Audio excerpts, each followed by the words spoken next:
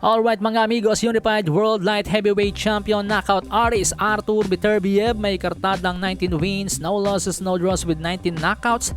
Nakatakda nga pong sagupain ng former Super Middleweight World Champion na si Callum Smith sa darating na January 13, 2024. Halos 2 buwan na lang yan mga amigos, isa ako sa mga excited na sa laban na to.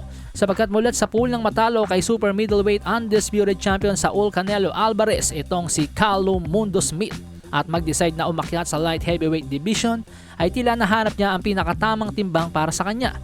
May taas na 6'3", 33 anyos, may kartadang 29 wins, 1 loss with 21 knockouts. Galing po sa dalawang magkasunod na impresibong knockout na panalo si Callum Smith kontra kina Gilbert Castillo Rivera at Matthew Butterlick. Gusto ko ang chance ni Callum Smith sa laban na ito mga amigo sa kadahilanang galing sa surgery ang panga ni Artur Beterbiev sanhi ng bone infection. At alalahanin natin na 38 anyos na rin itong si Artur Beterbiev. Ika nga sa mundo ng boxing kung minsan pumuputok ang edad sa mismong laban na. Ang nasabing laban ay siyang magiging main event at gaganapin sa Videotron Center, Quebec City, Canada. Baluarte ni Artur Beterbiev sapagkat sa mga amigos nating hindi nakakaalam, bagamat sa Russia isinilang itong si Artur Beterbiev, pero siya po ay Canadian citizen na ngayon. Sa kabilang banda ang sinasabing bagong halimaw ng Super Middleweight Division na may galawang Mike Tyson na si Christian Solid Mbili. Magpapasiklab undercard sa laban mga amigos, kanya pong makakasagupa ang Australianong si Rohan Murdoch, may kartadang 27 wins, 2 losses with 19 knockouts. Noong buwan ng Setyembre nga po mga amigos, naging headline itong si Christian Mbili matapos niyang wasakin sa loob lamang ng 4 na rounds ang boksingerong pumutol ng knockout streak ni Edgar Berlanga na si Demond Nicholson.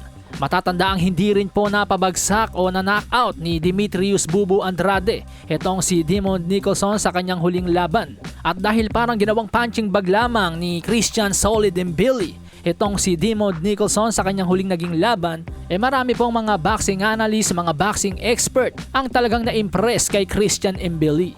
Hawak ang kartadang 25 wins, no losses, no draws with 21 knockouts. 28 anyos, may taas na 5'8 and a half. Halina't balikan natin ang kanyang huling naging laban kay Demond Nicholson. Unang minuto pa lang ng first round mga amigos, bumagsak agad itong si Demond Nicholson nang bigyan ng mala Mike Tyson na atake ni Christian Mbili.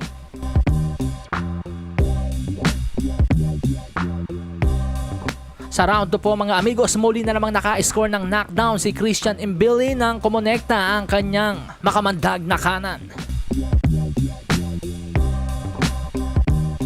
Sa round 3, tuloy ang pananalasa ni Christian Mbili at makikita nga pong nalalambot na talaga yung mga tuhod nitong si Demond Nicholson.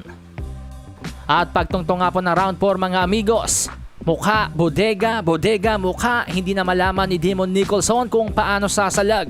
Hanggang sa bigla na lang isang parang poste ng Meralcong natumba si Demond Nicholson at hindi na nagawa pang makatayo pa sa laban. Kaya naman the winner by 4th round knockout, Christian Mbili. Malasahin ang baraha, patunayan mo sa'kin ha, sino man